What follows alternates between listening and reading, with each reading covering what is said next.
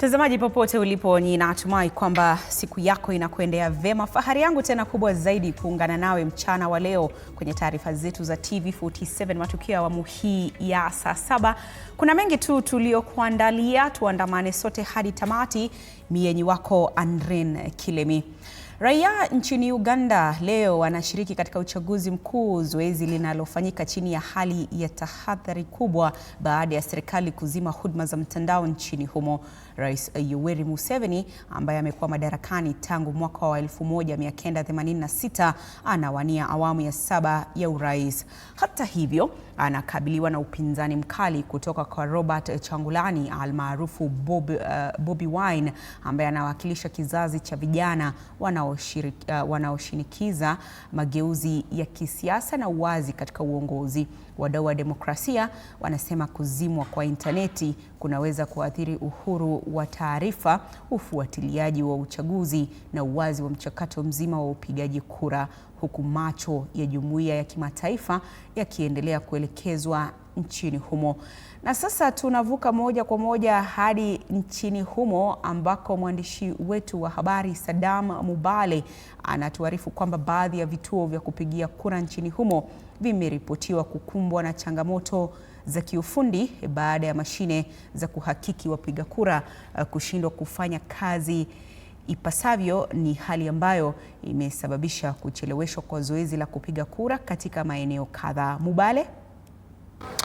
Naam, nimekita hema hapa katika eneo hili la Crested Towers, kituo hiki cha kupiga kura hapa katikati ya jiji kuu la Kampala, na zoezi hili limeanza tu mapema saa kama 1 asubuhi, na wapiga kura walikuwa wameshawasili hapa kwa ajili ya kutekeleza jukumu lao la kidemokrasia. Kituo hiki nambari ya waliojisajili kwa ajili ya kupiga kura ni 694, na tangu waje hapa kama saa 12 asubuhi bado hawajaanza kupiga kura. Manake tumepata taarifa na kutoka kwa mwakilishi wa kituo hiki wa tume ya uchaguzi kwamba bado mashine zinafeli kudhibitisha wapigaji kura.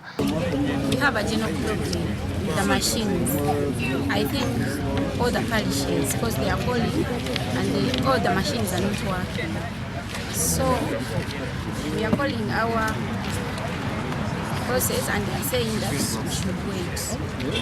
Na tutakuwa tu tunazungumza na baadhi ya wapigaji kura katika kituo hiki kutupatia uhondo na vilevile maoni yao kuhusiana na zoezi hili ambalo hadi sasa halijaanza. Lakini pia ikumbukwe kwamba ikifika saa 10 jioni zoezi hili linapaswa kuwa limemalizika. Ni tishio tu ambalo wachaguzi katika eneo hili wanasema kwamba iwapo itaendelea hivi basi hiyo fursa inaweza wapita ya kufanya uchaguzi. Mkodi Mhanuzi Joshua.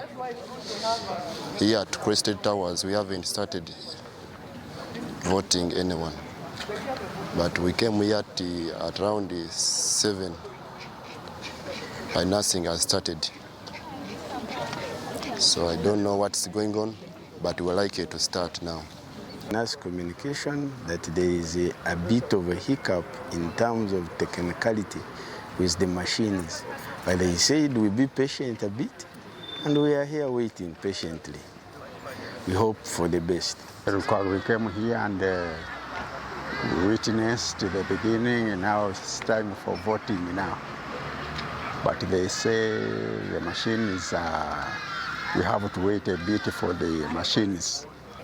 I came here at 7:20. So far the voting hasn't yet started. We are in the line. I appreciate the voters who have done their part. They came here on time, although they are still doing the verification, and the machines are yet to be aligned for the people to start to vote. We hope that we start voting on time, because the voting will soon end at 4 p.m. So the earlier we start, the better, so that we can manage time.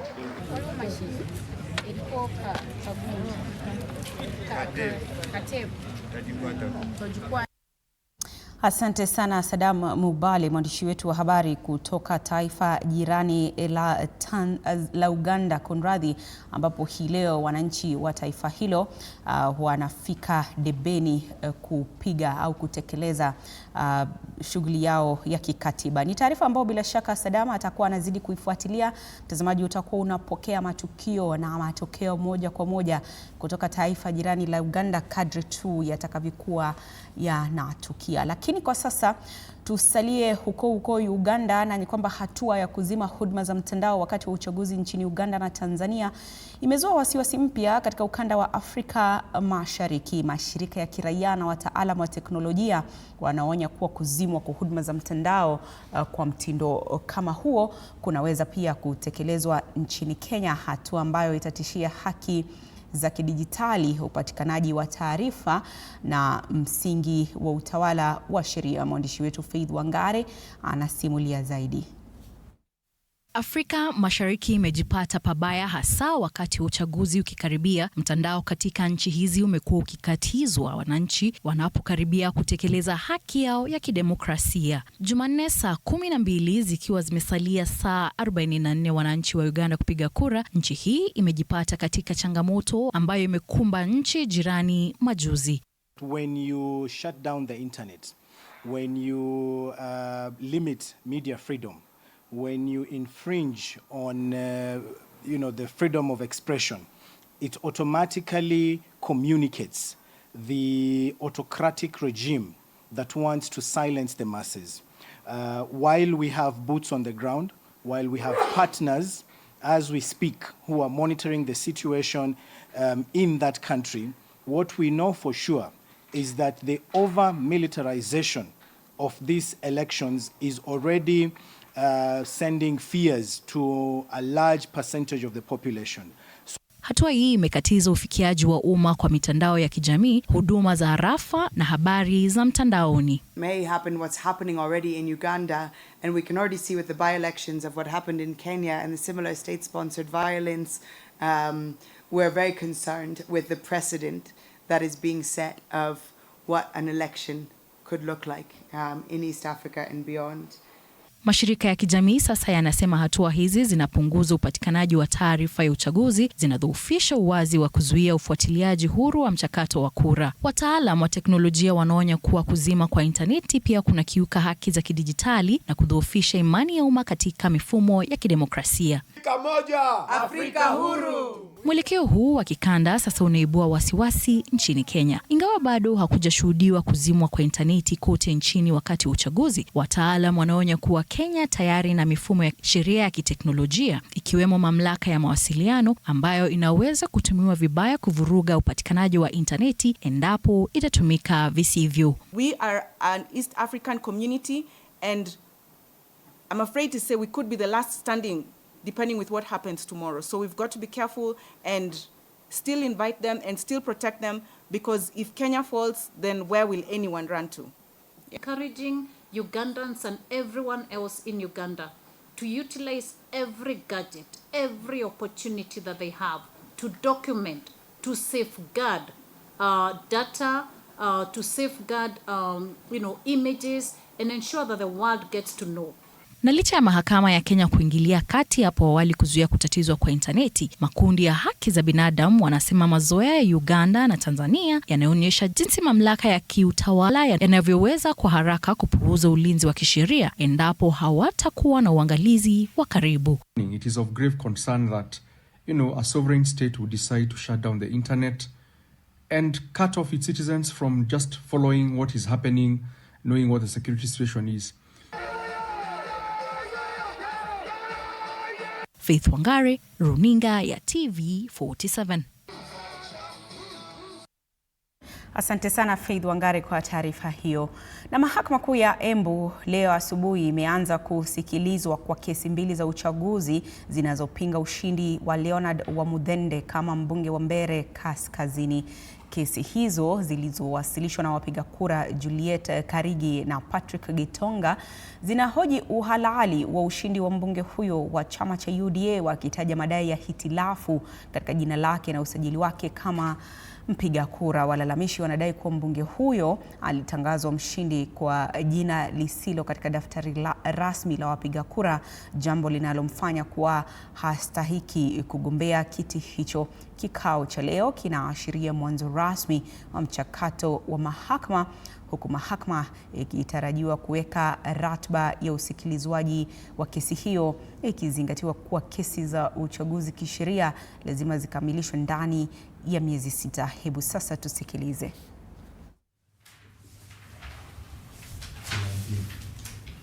The 19th is a Friday. Yeah. I will not deal Fridays. We'll just take the 4 days of the week: Monday, Tuesday, Wednesday, Thursday. So 9th to 12th is 4 days. 16th to 19th. Is that okay? That's okay, my lord. Thank you. Thank you very much. Item number 15, we've already discussed no adjournments for more than 5 days in at a row. Now, perhaps when we are doing the applications, I'll give further directions on the hearing, particularly because all the parties' documents will now be in place and their witness statements will be in a better place to give clear directions with regard to the hearing. So can we skip number 16, the hearing program, but generally have it in mind that we will be starting at 9 o'clock. We will go to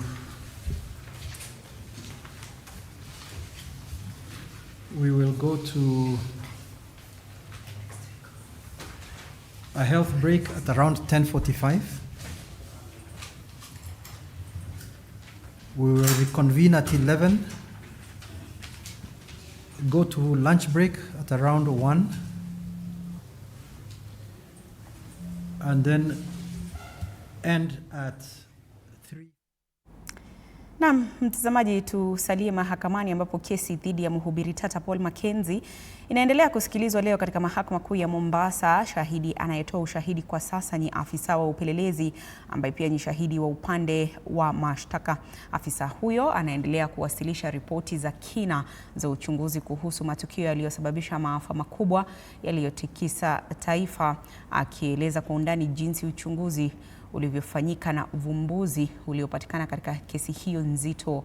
Kwa sasa mashahidi wanaendelea kuelezea ushahidi wao, huku Mackenzie akikabiliwa na mashtaka mengi yakiwemo yanayohusiana na vifo, mateso na ukiukaji wa haki za binadamu.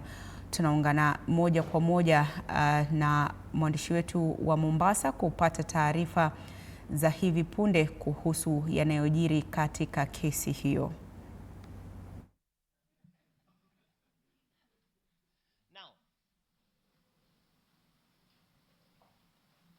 Did he say anywhere that people were dying at Shakahola? He did not.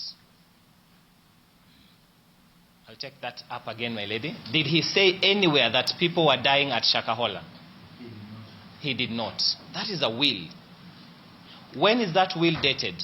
7 February 2023. 2023. He did not mention anywhere that people were dying at Shakahola. 7 February 2023, my lady. While we are on that very theme of documentation, there's a diary that you brought before this Honorable Court, exhibit number 114B. I want to finish with the documents, then I go to my 2 last areas and I finish. That document has already been produced before this Honorable Court. Confirm to this Honorable Court what you're saying is a prayer. What you're reading is a prayer to the Almighty God. Sorry? Mute. Sorry, my lady, that's our next witness. Okay. We can't mute because we are recording. Yes, yes. But the audio can be disabled by Maureen. And also, Yes, you that's can it. disable the camera. So people, yeah. Proceed. Yes. Yes, confirm to the Honorable Court, it is Na wanafunzi wa masomo ya anga na urubani nchini Kenya wanatarajiwa kupata fursa baada ya taasisi 3 za mafunzo kuingia katika ushirikiano wa kimkakati. Kupitia mpango huo, wanafunzi watapewa mafunzo ya kitaaluma hapa nchini kabla ya kuendelea na ngazi ya juu za udhibitisho wa kimataifa nje ya nchi. Hatua hii inalenga kupunguza gharama za masomo na kufungua fursa zaidi kwa vijana wenye nia ya kujiunga na taaluma tofauti katika sekta ya usafiri wa anga. We discussed with the Chinese and we told them that let us make it whereby when the students come there, the parents are able to pay. For 2 years program, I'm sure the Kenyan parents will be able to do that very, very much comfortably. I quite believe that this collaboration will be very successful, and the students, and this collaboration will be very attractive to students here in Kenya. Kenya is a growing tourist destination, and a lot of the students from the past, they want to pursue the aviation sector. One of the sector, what I definitely think and what China is promoting heavily, especially in UAE, is low altitude economy. That is the drone technology. What I truly believe that Kenya would heavily benefit if we learn from NUA regarding the drone technology. Na baadhi ya watu waliokuwa wakidaiwa kujihusisha na ulanguzi wa dawa za kulevya katika ukanda wa Bonde la Ufa, wakiwemo raia 8 wa Burundi, wamekamatwa, huku polisi wakisema uchunguzi unaendelea ili kubaini mtandao mzima wa biashara hiyo. Polisi wa ukanda wa Bonde la Ufa chini ya uongozi haya. Taarifa hiyo mtazamaji tutakuwa tunaichukua baadaye, lakini kwa sasa tuelekee Turkana ambapo wanafunzi kutoka shule za Naipotom na Nakuse zilizoko kaunti ndogo za Turkana Mashariki na Turkana Kusini hawajarejea shuleni kutokana na utovu wa usalama na kukosekana kwa madarasa. Serikali iliahidi kuzijenga shule zilizoharibiwa na majangili, ila bado hazijajengwa, huku wanafunzi wakikosa kuendelea na masomo. Mwanahabari wetu wa Turkana Kitio Mika anatupasha zaidi. Hii ndiyo taswira kamili ya shule ya Nakuse iliyoko eneo la Lokwar, kaunti ndogo ya Turkana Kusini. Shule hii iliharibiwa na majangili miaka 2 iliyopita, na licha ya serikali kuahidi kuwa maafisa wa KDF wataijenga, bado hali ni ile ile. Watoto zetu sasa anaishi miaka 2 bila kuenda shule, bila kuangalia darasa. Shule kuanzia class 1 mpaka class 8 yote zikachomwa. Madeski, vifaa vyote za shule zikachomwa. Na serikali walisema ya kwamba watakuja kutujengea shule ama kutuletea askari, kutuletea KDF, kutuletea jeshi. KDF ndio wanaezana na hapa. Ile anachoma shule na waongea na TP. Hakuna watu nakuja nasaidia mimi. Hali ni ile katika eneo la Naipotom. Shule hii pia iliharibiwa na majangili, ila haijajengwa na maafisa wa KDF ilivyoahidiwa. Kuna watoto hapa kama 450 ambaye saisi wengine wanasoma huko upande wa Lohori na wasasi wao wako hapa. Wakati walishambulia na Wapokot, walitoa kila kitu, mabati, mabao, shule ikabaki hivyo. Sasa hiyo watoto wa hiyo area wanasoma chini ya miti. Saidia sisi shule. Ongeza sisi asigari yetu. Ongeza kabisa sisi nakuja na pamoja na Pokoto na mtu mmoja. Washikadau wa elimu pamoja na wazazi wameitaka serikali kuchukua hatua ya haraka na kuhakikisha shule hizo zinajengwa. Na mali yote walimu wamepelekwa, sehemu mingi hakuna askari. Hao watoto saizi wako nyumbani, watasomea wapi?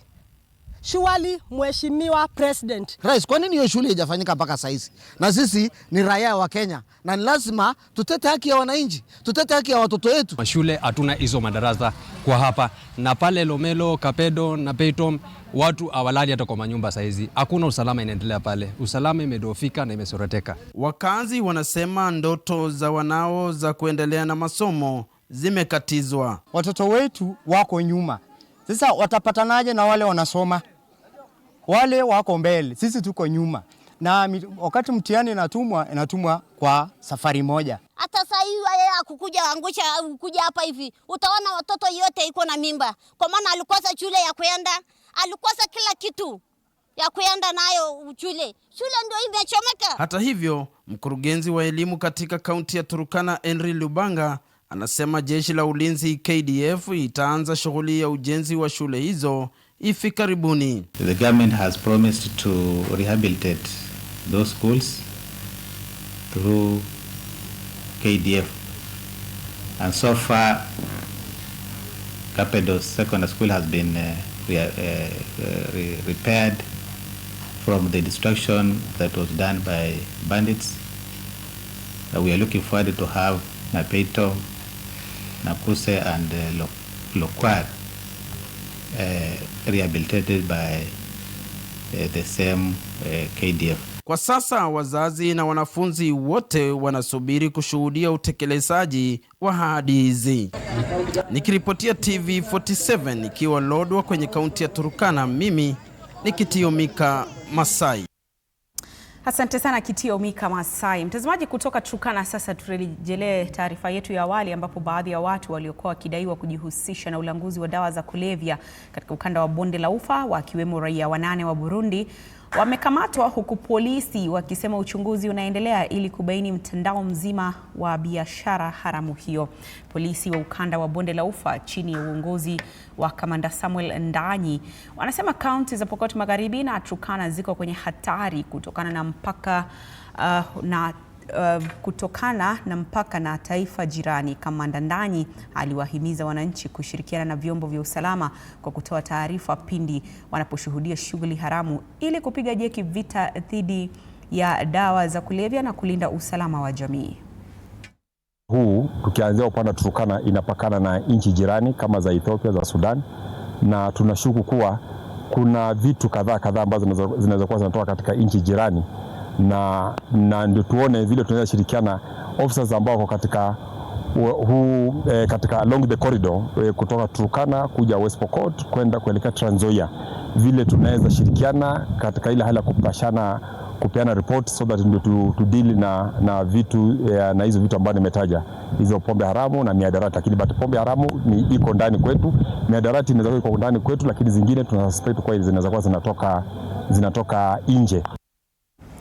Na kanisa la Global Cathedral limehimiza amani na utulivu wa kisiasa huku kampeni za kuelekea uchaguzi mkuu zikiendelea kushika kasi nchini. Kanisa hilo limetangaza maandalizi ya maombi ya kitaifa yatakayofanyika tarehe 25 mwezi wa Januari katika ukumbi wa KICC, likisema jukumu lake ni kuliombea taifa hasa wakati wa siasa kali. Akizungumza wakati wa maandalizi hayo, Askofu Moses Turele ameitaka serikali kuongoza kwa mfano kwa kulinda demokrasia na kuhimiza siasa na amani. Aidha, amewataka wanasiasa wa pande zote kuepuka siasa za matusi zinazoweza kuhatarisha umoja wa taifa. Maombi, tukianza kuanza mwaka wetu na maombi, Mungu atatubariki. Atabariki watoto wetu, atabariki wazee wetu, atabariki wamama wetu, atabariki nchi yetu, kwa sababu hata president na wafanyikazi wote wa serikali, wa judiciary, hata na wapi wote wanakuja ili tukaweze kuanza mwaka na maombi, diposa Mungu wetu akaweze kutubariki tukiendelea mbele na kazi. A prayer service that is coming on the 25th of January 2026 at KICC. This prayer is to pray for this nation. This nation needs a prayer. Prayer has a special place in the nation of Kenya because there are things that this nation is facing that would be only solved by prayer. So I want political players, specifically those who are looking for elected position or those who are looking to undo each other. We want to ask them to be peaceful in their campaign, not to use insulting, provoking. Na huku utafiti mpya wa kisiasa umebaini ushindani mkali unaoanza kujitokeza katika kaunti ya Kisii kuelekea uchaguzi mkuu wa mwaka 2027. Utafiti huu uliofanywa na kituo cha Center for African Progress kati ya mwishoni mwa Disemba mwaka jana na mapema Januari mwaka huu unaonyesha aliyekuwa waziri wa elimu Ezekiel Machogu akiongoza kinyang'anyiro cha ugavana kwa 39%, akifuatwa kwa karibu na gavana Simba Arati kwa 32%. Utafiti uliowahusisha wapiga kura 3,000 kutoka maeneo bunge yote 9 ya kaunti unaonyesha uchumi, miundombinu na ukosefu wa ajira kuwa changamoto kuu kwa wakazi wa Kisii.